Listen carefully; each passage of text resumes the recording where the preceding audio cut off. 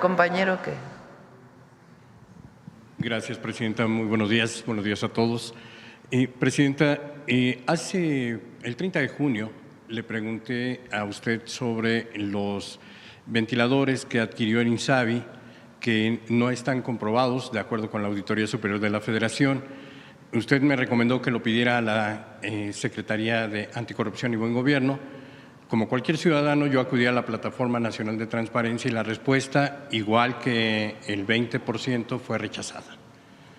El 20% de todas las que tiene, de acuerdo con la página de la Secretaría, el 20% de las solicitudes de transparencia son rechazadas y solamente el 0.6% se aceptan, hasta ahora, claro. Entonces, bueno, pues parece que no hay mucha transparencia. Pero Raquel que venga aquí a la mañanera para explicar cómo funciona la plataforma. El asunto, presidenta, es que estos ventiladores, se lo pregunté al presidente López Obrador el 3 de abril del 2023 y poco después anunció el cierre de este instituto. La Auditoría Superior de la Federación todavía tiene observados 7.939 millones de pesos al instituto. Y la respuesta que me da la Secretaría Anticorrupción es que le preguntara yo al IMSS Bienestar acerca de esto, porque asumió todos los compromisos del INSABI. La pregunta concreta es qué pasó con esos ventiladores, porque había presentado una demanda al INSABI contra la empresa Viva Enterprise y no sabemos en qué concluyó. La empresa dijo en 2022 que los ventiladores fueron entregados y olvidados por el INSABI, no fueron recogidos en la aduana de Manzanillo. Estábamos en la plena pandemia y el INSABI no recogió los ventiladores que eran indispensables para salvar vidas de mexicanos. Se lo pregunto, ¿qué pasó con esos ventiladores? Si pudiera ayudarme con la información. Y también hay 7.900 millones observados que no han sido comprobados, que no estamos completamente seguros que ya se hayan resarcido o que se haya comprobado. Me comprometo a traer aquí el tema. Vamos a pedirle a la Secretaria de Anticorrupción y Buen Gobierno que nos ayude a revisar el tema, cuáles son las observaciones de la Auditoría Superior de la Federación, cómo fue que se adquirieron los ventiladores, qué pasó con esa compra, si hubo una queja, denuncia por parte del INSABI en aquel momento, si es que, como tú dices, llegaron o no llegaron. No tengo yo la información, pero nos comprometemos a que la podemos presentar aquí. Y se lo pregunto porque la gravedad del asunto es que durante el sexenio anterior solamente se crearon dos instituciones, Segalmex e INSABI, y Segalmex todavía tiene 13,000 millones observados. Es decir, mucho de eso se atendió. También me comprometo a traer aquí lo de Segalmex para que lo que diga Anticorrupción no es que yo vaya a hacer la investigación, qué fue lo que pasó, cuántas personas están detenidas, para que se transparente todo. Es importante. Es a lo que quería llegar, porque en el caso de Segalmex sí se emitieron algunas, pues incluso denuncias penales. Y hay detenidos. Y hay personas detenidas. Y hay detenidos. En el caso, bueno, evidentemente faltaría ahí el principal actor que no ha sido ni siquiera señalado, es el exdirector de Lo presentamos ya sea aquí o con un documento que pueda explicar qué pasó y hasta dónde va la investigación y qué más hay sobre eso. Ahora, del INSABI es importante. ¿Cómo funcionaba el Seguro Popular antes? Y antes del Seguro Popular, ¿cómo funcionó el sistema de descentralización de salud? Si en algo estoy mal o me falta información, me ayudan. Esencialmente eran recursos que aprobaba el Congreso de la Unión a partir de la solicitud del Gobierno federal y se mandaban a los estados. Y los estados operaban y administraban los sistemas de salud. Había una parte del presupuesto de los sistemas de salud que tenía que ver con el Seguro Popular o con alguna otra distribución. Hay fondos que todavía quedan de esa disposición del presupuesto que ahora queremos modificar para que sea más transparente la inversión en salud. Entonces había fondo del gobierno federal que se enviaba al Estado y el Estado con ese fondo se podía utilizar en ciertas cosas. ¿Por qué lo sé? Pues porque fui jefa de gobierno. En el gobierno de la Ciudad de México, una parte muy importante del sistema de salud eran recursos propios, otros son recursos federales que vienen de transferencias federales a partir de la Ley de Coordinación Fiscal y otra a partir de estos fondos que enviaba en su momento otras instituciones, después el Seguro Popular y después, cuando llega el presidente López Obrador, a través del INSABI. INSABI en realidad distribuía estos recursos.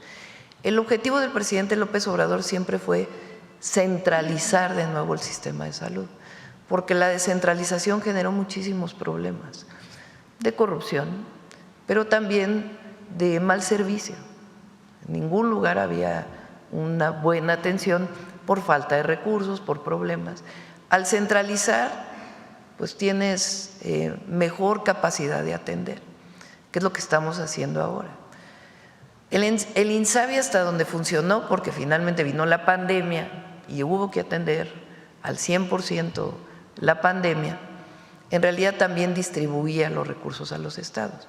No pudo lograr convertirse en una institución que es centralizar a los sistemas de salud.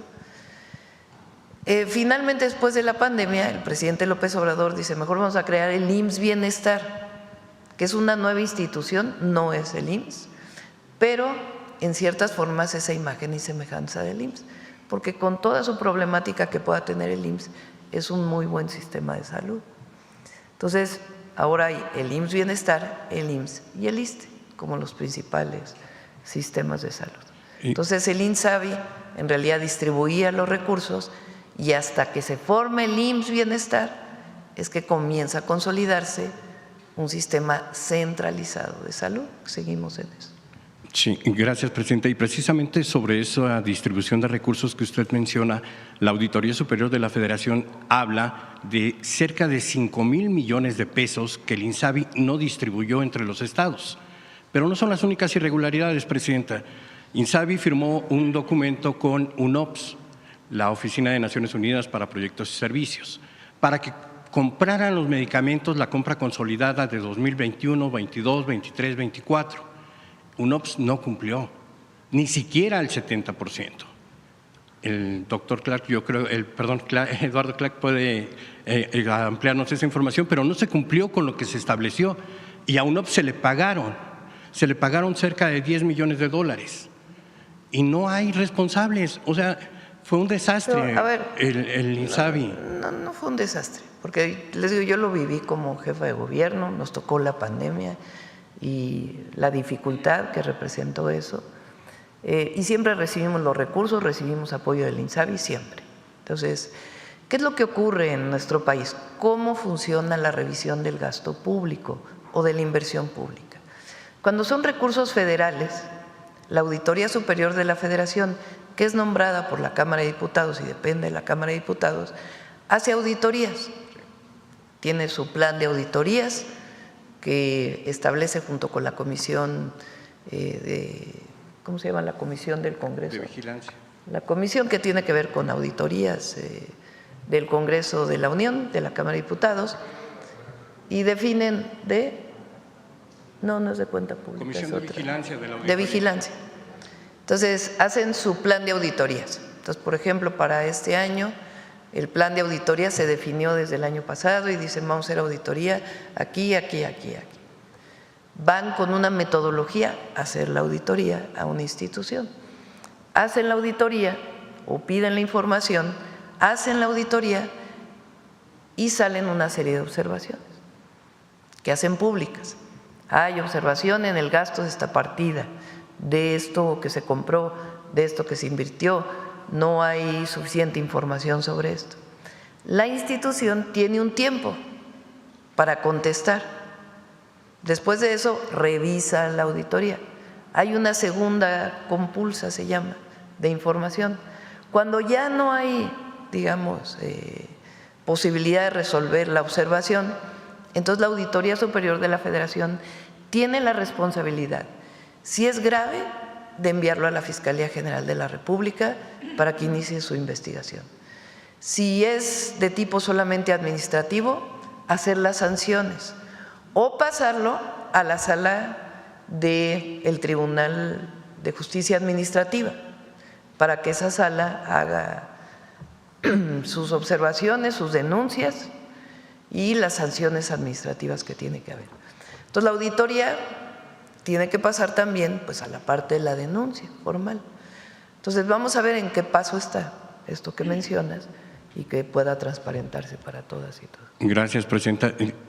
Usted sí conoce el procedimiento. Solamente me faltaría agregar allí que las auditorías generalmente se hacen un año después de concluir el ejercicio fiscal. Así es. Y se tiene un año más para la pues, comprobación y un año más para pues, no, y esta todavía compulsa. si el Tribunal de Justicia Administrativa pone una sanción, todavía el servidor público, la institución, puede tener acceso incluso a un amparo a todo el procedimiento jurídico que existe en las leyes mexicanas. El asunto es que estamos hablando de auditoría de 2020, o sea, hace 5 años ya era tiempo para que lo hubieran comprobado, pero bueno, vamos a esperar el informe que usted nos va a presentar. ¿Y qué dice la auditoría también? Claro, esperamos el informe entonces que nos va a presentar.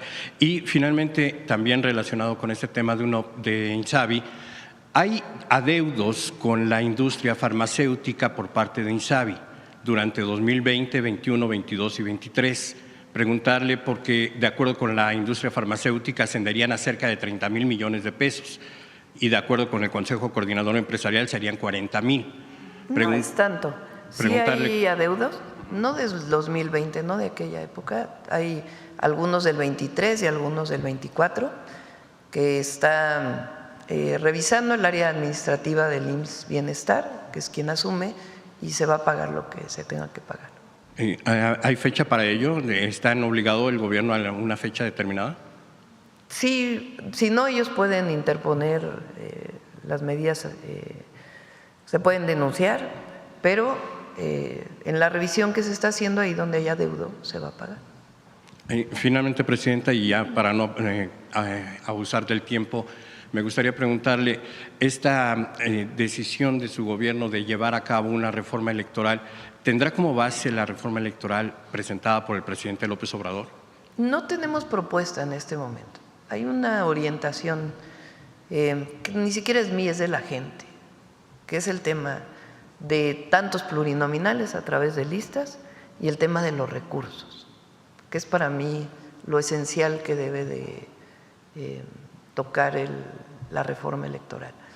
No se trata de que no haya representación de las minorías, no se trata de eso, pero estas listas de plurinominales, que son 200 en el Congreso, pues representan una erogación muy grande y al pueblo no le gusta, porque hacen ustedes todas las encuestas que hagan y se tiene conocimiento de qué quiere decir el diputado plurinominal, que se reconoce como aquel que no surge del voto popular de manera directa, y la gente no está de acuerdo.